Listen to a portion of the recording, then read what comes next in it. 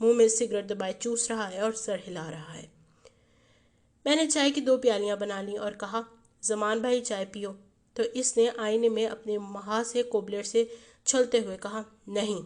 میں نے کہا، تھوڑی سی۔ اس نے جواب دیا، بھائی نہیں۔ میں نے پوچھا، بھائی کیا مطلب؟ جھلا کر بولا، بھائی نہیں کا مطلب نہیں۔ میں نے پوچھا، وجہ؟ بولا، نہیں۔ میں نے پوچھا، نہیں کیا؟ کہنے لگا، نہیں جو ہوتی ہے بس نہیں۔ ایسے آدمی کے ساتھ 3 سال گزارنے جہنم ہے کہ نہیں؟ باکسنگ میں یونیورسٹی چیمپئن شپ کا انعام ملا تو اس بات پر اڑ گیا کہ انعام دینے والے سے ہاتھ نہ ملاؤں گا۔ اپنی ہمت سے کپ لیا ہے، ہاتھ کیوں ملاؤں؟ چنانچہ ایسا ہی کیا، انعام لے کر ہاتھ ملائے بغیر واپس آ گیا۔ ڈاکیے نے ایک خط بیرنگ لا کر کہا، 2 آنے دے دیجئے۔ اس نے لفافہ دیکھے بغیر جواب دیا، خط واپس کر دو، میں نہیں لیتا۔ میں نے پوچھا تو بولا، 2 آنے نہیں۔ میں نے کہا، یار مجھ سے لے لو پھر لوٹا دینا۔ پوچھنے لگا، کیوں لوں؟ میں نے کہا، اس لیے کہ خط لے سکو۔ بولا، میں نہیں لیتا۔ میں نے نہیں کا لفظ سن کر کہا، ٹھیک ہے، شیروں کے پسر شیر ہی ہوتے ہیں جہاں میں، قبلہ بھلا گاہی طبیعت بھی ایسے ہی ہیں۔ اس پر ہنسنے لگا تو میں نے شیر ہو کر کہا، تو بلاؤں ڈاکیے کو؟ اس نے نفی میں سر ہلایا اور تاش پھٹنے لگا۔ کالج میں فیس داخل کروانے کا دن آتا تو دفتر میں ہنگامہ سا ہو جاتا۔ لڑکیاں اس دھکم پیل میں فیس دینے سے گھبراتی تھیں اور ان کے فیس لڑکے جا کر جمع کروا دیا کرتے تھے۔ اس طرح 1 مہینے کے بعد ان سے کھل کر گفتگو کرنے کا اچھا خاصا موقع مل جاتا اور وہ اپنے پرس سے روپے نکالتی اور گن کر کسی کلاس والوں کو دے دیتی۔ وہ انہیں گنتا اور ضرور کہتا کہ 1 روپیہ کم ہے۔ اس طرح لڑکا اور لڑکی کے چہرے پر ایک ساتھ 1 سی 2 مسکراہٹیں پھیل جاتی۔ فیس ادا کر کے پھر انہیں حساب دیا جاتا۔ 1 آدھا آنا یہ کہہ کے رکھ لیا جاتا کہ یہ ہماری سگریٹ کے لیے ہے، اور پھر وہ کنی کئی دنوں تک اس لڑکی کے سفید چھلے کی طرح دکھائی دیتی رہتی۔ ہاسٹل میں کئی ایسے بامذاق لڑکے بھی تھے جن کے پاس بہت سی انگوٹھیاں جمع ہوتی۔ ہماری کلاس میں ہر ایک لڑکی کی یہی خواہش ہوتی کہ سیما اسے فیس لے جانے کے لیے منتخب کرے، مگر وہ صرف اسلم کے ہاتھ اپنی فیس بھجواتی۔ ایک مرتبہ اسلم نہیں تھا تو سیما نے زمان کو 70 روپے دے کر کہا، میری فیس داخل کروا دیجیے۔ زمان نے کچھ کہے بغیر روپے لیے اور سیدھا ہاسٹل چلا آیا۔ سیما برآمدے میں گھنٹہ بھر تک رسید کا انتظار کرتی رہ گئی۔ رسید لانے والا تو اپنے کمرے میں گہری نیند سو رہا تھا۔ دوسرے دن زمان نے 71 روپے سیما کے ہاتھ پر رکھ دیے اور کہا، کل مجھے نیند آ گئی تھی اور میں فیس داخل نہ کروا سکا۔ آپ اپنے روپے لے لیجیے اور یہ 1 روپیہ لیٹ فیس جمع کروانے کا جرمانہ ہے۔ سیما نے کھینچ کر 1 روپیہ دیوار سے دے مارا تو زمان نے کہا، ایسے تو نہیں ٹوٹے گا، اور کمرے سے باہر نکل گیا۔ کالج میں پروفیسر دیس راج سے اس کی جان جاتی تھی۔ یہ پرانی وضع کے معمر پروفیسر تھے، چست پاجامہ اچکن پہنے ململ کی پگڑی باندھ کر کالج آتے تھے۔ ایک ہاتھ میں بورڈ صاف کرنے کا ڈسٹر ہوتا اور دوسری میں چاکوں کا ڈبہ۔ دونوں ہاتھ چاک کی سفیدی سے بھرے ہوتے اور اچکن پر بھی جگہ جگہ ہاتھوں کے نشان ہوتے۔ زمان کو وہ ہینگ والا کہتے اور یہی انہیں بجائے پروفیسر صاحب کے پاپا جی کہا کرتا۔ پاپا جی کے سامنے اس نے کبھی سگریٹ نہ پیا، اونچی نہیں بولا، ضد نہیں کی اور کسی بات سے انکار نہیں کیا۔ ڈائنامکس کی کاپیاں دیکھتے ہوئے وہ زمان کو بلاتے اور اس کا کان پکڑ کر آہستہ آہستہ مسل جاتے اور کہتے، یہ کیا کیا ہینگ والے، یہ کیا کیا؟ زمان کے منہ میں گھنگریاں بھری ہیں، آنکھیں نیچے ہیں، جواب دینے کی سخت نہیں، اس طرح کمان بنا کر کھڑا ہے۔ اگلا صفحہ پلٹ کر بابا جی اس کا کان چھوڑ کر پیٹ پھونکتے اور خوش ہو کر کہتے، میرا ہینگ والا ہے لائق، لیکن پاپی پڑھتا نہیں، مکے بازی پر جان دیتا ہے۔ پھر اس کی کاپی بند کر کے کہتے، جا میرے لیے ٹھنڈا پانی کا گلاس لا، اور زمان فخر سے سر اونچا کر کے دروازے کی طرف بڑھتا جیسے کسی نے 2 جہاں کی بادشاہی سے بخش دی ہو۔ ایک مرتبہ سیما اور ساوتری پتہ نہیں کون سی کتاب لائبریری سے لینے گئیں تو لائبریرین نے انہیں بتایا کہ وہ کتب تو دیر سے زمان صاحب کے پاس ہیں۔ وہ سیدھی ہاسٹل پہنچی۔ میں رٹا لگانے میں مصروف تھا اور زمان حسب معمول رضائی کو چوڑائی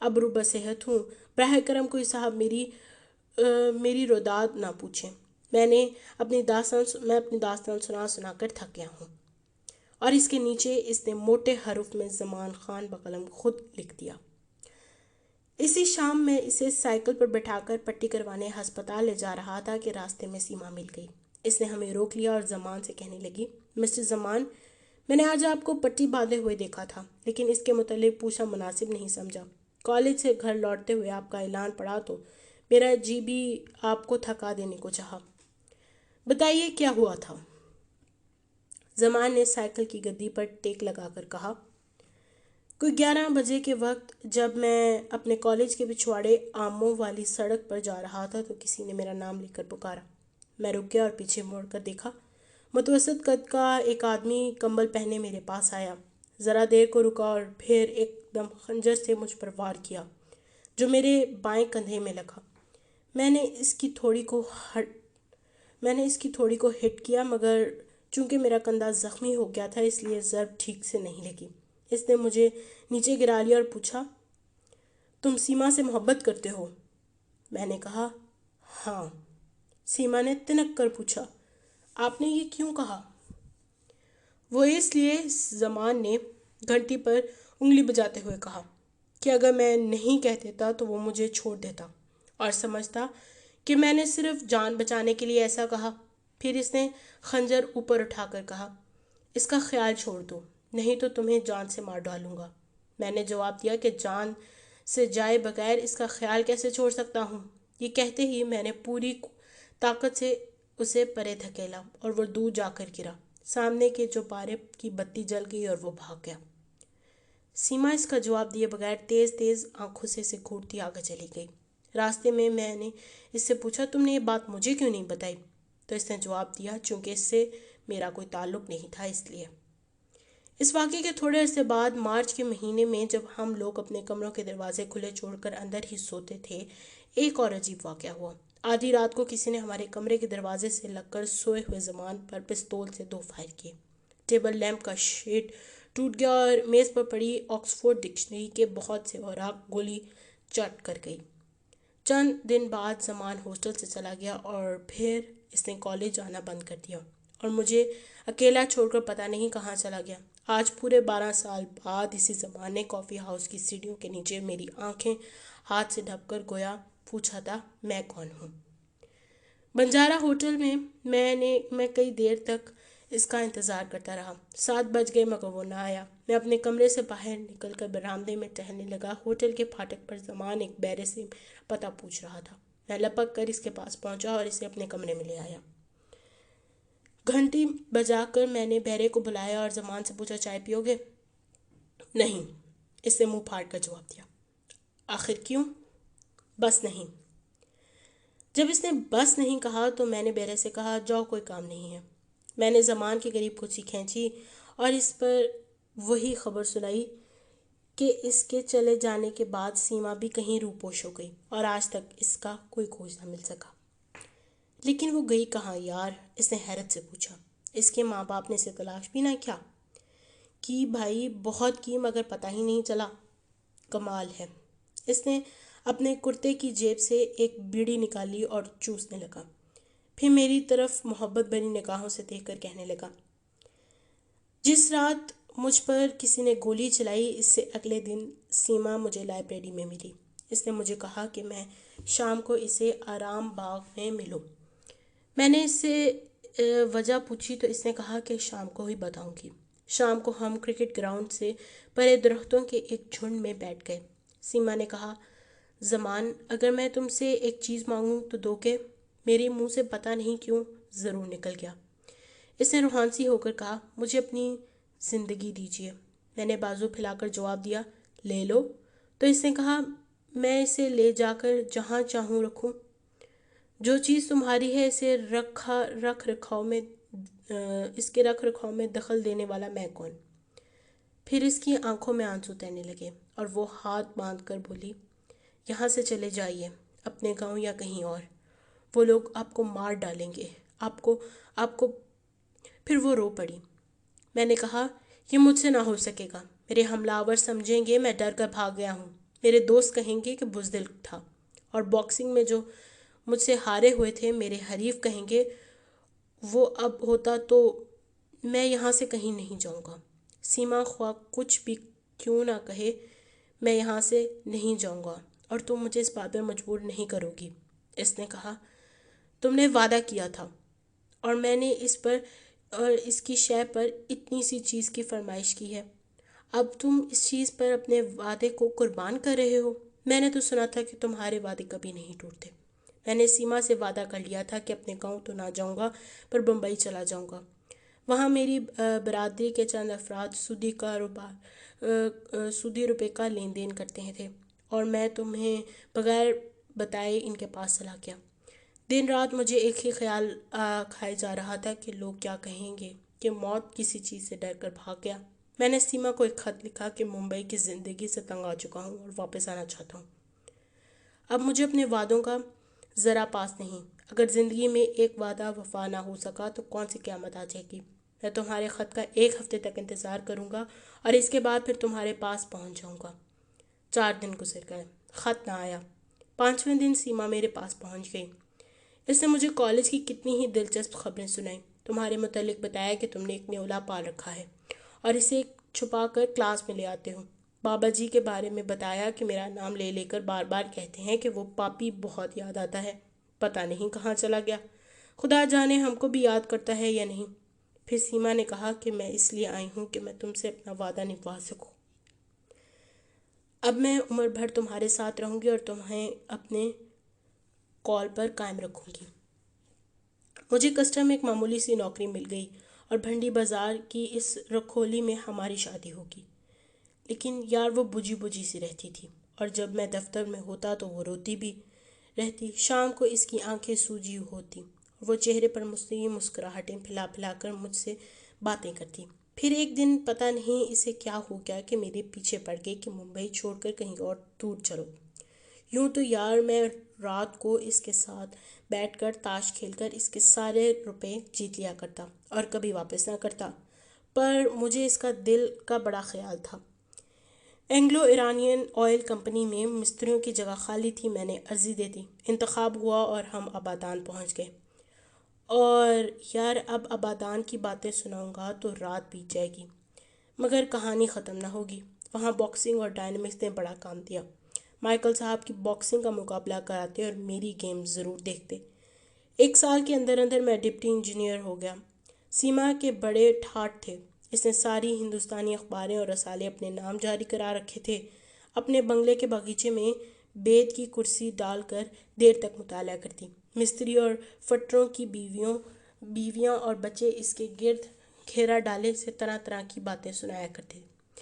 اس دوران ہم نے شاید ہی کوئی فلم کو چھوڑا ہو۔ ہر روز سینما کا چکر ہوتا۔ کبھی کبھی ہم ناراض بھی ہو جاتے، لیکن ہر بار میں ہی اسے مناتا۔ وہ اپنے امی ابا کو یاد کر کے رویا کرتی تھی۔ مجھ سے یہ بات پتہ نہیں برداشت نہ ہوتی اور یہی سے جھگڑا شروع ہو جاتا۔ آبادان کی زندگی میں صرف ایک بار اس نے مجھے منایا اور وہ بھی غیر ارادی طور پر۔ تمہاری تصویر اخبار میں چھپی تھی، وہ اس کی نظر میں پڑی۔ میں اس وقت ایفائزی کے 1000 فٹ اونچے کولنگ ٹینک پر بیٹھا سرکٹ دیکھ رہا تھا کہ سیما ٹرالی پر چڑھ کر اوپر میرے پاس آ گئی۔ میں اسے دیکھ کر حیران رہ گیا۔ وہ ان دنوں میرے ساتھ روٹھی ہوئی تھی اور یہ پہلا موقع تھا کہ وہ بنگلے سے ریفائزی اور پھر فرش سے اتنی اونچی چوٹی پر چڑھ آئی تھی۔ اخبار میری طرف بڑھا کر اس نے تمہاری تصویر دکھائی اور کچھ نہ بولی۔ میں سرکٹ کا معائنہ مستریوں کو چھوڑ کر ٹرالی میں اس کے ساتھ سوار ہو گیا۔ ٹرالی آہستہ آہستہ نیچے اترنے لگی۔ میں جنگلے کے ایک کنارے پر بیٹھ گیا تو اس نے میری آستین پکڑ کر کھینچا اور کچھ نہ بولی۔ پھر اس نے میری کلائی پکڑ کر اپنی طرف کھینچا اور بولی، یہاں نہ بیٹھو۔ میں نے کہا، تم جو مجھ سے بولنا ہی نہیں چاہتی یہاں بیٹھنے سے کیوں روکتی ہو؟ اس نے میری دونوں کلائیاں پکڑیں، اپنی طرف کھینچی اور میرے ساتھ چمٹ کر بولی، تم سے نہ بولوں گی تو اور کس کے ساتھ بولوں گی؟ ٹرالی زمین پر پہنچ گئی۔ سارے مستری اور مزدوروں سے بے خبر وہ مجھ سے اسی طرح چمٹی رہی۔ ہماری شادی کے پورے 6 سال بعد سہیل پیدا ہوا اور سیما کا اس سے دل لگ گیا۔ اس کے بعد شاید ہمارے درمیان کوئی اور جھگڑا نہ ہوا۔ اور یار میں نے تم سے کہا نا، یہ لڑکیاں بھی بادشاہ ہوتی ہیں۔ میں نے پوچھا سیما اب کہاں ہے؟